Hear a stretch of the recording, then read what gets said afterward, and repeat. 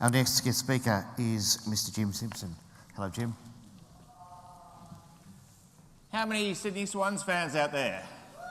Wrong Hey, I'm not alone. I was a bit worried asking that question. Are there any Western Bulldogs fans? Yeah, well, if we had to lose to someone in the grand final, I guess I didn't mind losing so much to the Western Bulldogs. And there's no Geelong Cats here.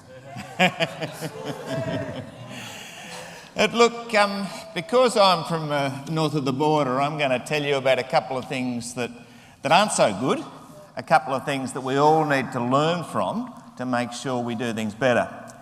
And the first one isn't actually about accommodation, but I just want to quickly tell you, who saw the 7:30 report on Wednesday night about the people with intellectual disability dying unnecessarily? A few of you? Look, it's really well worth watching. Go to ABC iView. And 38% of people with intellectual disability are dying unnecessarily in Australia.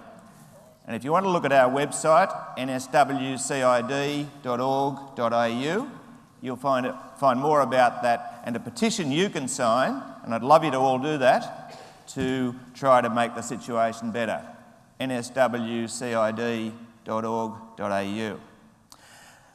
But look, accommodation, one of the last things the Minister said was about how, what are we going to do with the community residential units, you call them in Victoria, group homes, we call them in New South Wales, that the government itself runs and owns. Well, in New South Wales, we've gone a long way down that path already. And I'm afraid it's not a pretty picture. New South Wales is committed to getting out of service provision completely by the middle of 2018. And that includes about 340 group homes, about 1,700 people in those group homes. Now, if you look at the sort of principles behind the NDIS, you would think, well, look, what should happen is that each resident, with the support of their family, should be able to choose, what sort of support model do I want? Do I want to stay in a group home or do I want to go to something else? And who do I want as my support provider? And you'd also think, well, look, the real estate itself, the actual houses, if the government's going to offload those, they should be going to someone like an independent community housing provider, rather than going to service providers that people then get stuck with. Well, that's not what New South Wales are doing. What New South Wales are doing is putting all of those group homes out to tender. And that means that service providers can put in a bid to take over all of the group homes in an area. And so, from 20 group homes up in an area will go to one service provider. And the residents will, they'll be sort of asked about which service provider they want, but in the end, all the group homes are going to one service provider, and it's the government who'll decide who that service provider will be. The other thing is that the New South Wales government is then going to lease out the real estate to that same service provider. So you'll have the same landlord as your service provider. I mean, they are saying, look, because of NDIA rules, there will be a separate sort of service agreement you'll have with your service provider and an occupancy agreement. But, that's not clear separation from our point of view. It's also unclear, if you want to change, if you and the other people in your group home want to change the provider, right now it's really unclear sort of how long it'll be before you're allowed to do that.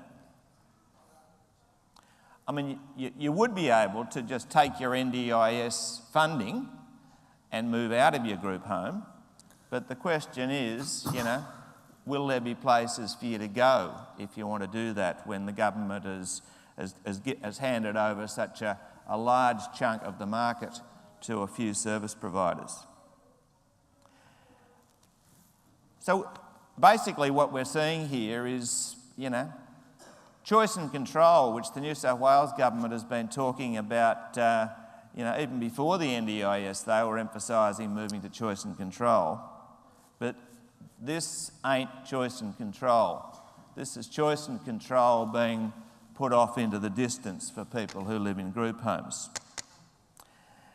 And the other big danger is that what the government are doing here is going to just lead to the group home model continuing on for a long, long time, whether people really want to need group homes or whether they would like to think about much more individual sort of options like we're hearing about from our panel today. Well, this is all, it's a big complex process. It would have been difficult to do it in the sort of pure way that I said before.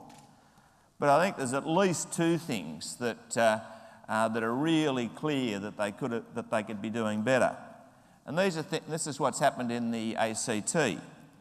In the ACT, the government has handed over the real estate to, I think it's Housing ACT actually, or it might be independent community housing bodies. But anyway, mobs who are independent from the service providers and who can then be thinking about more innovative use of that real estate than it's currently being used for. And the other thing is that, at least in the ACT, the residents of each group home have been able to choose their new provider. So the government sort of got a short list of providers who they thought met the standards. The residents and their families got to meet all of those different service providers, but then the 4 or 5 people in each group home and their families chose their new provider, not the government choosing who was going to take over 20 or more group homes. So look, that's the New South Wales experience that I hope, and listening to the Minister, gives me hope that you'll be able to work out a better way to do it in Victoria through the task force that Kevin and so on are on. And I hope that you learn from our experience in New South Wales. And just to finish on a really positive note, the Swans are going to win in 2017. Thank you. Might be a bit too fast.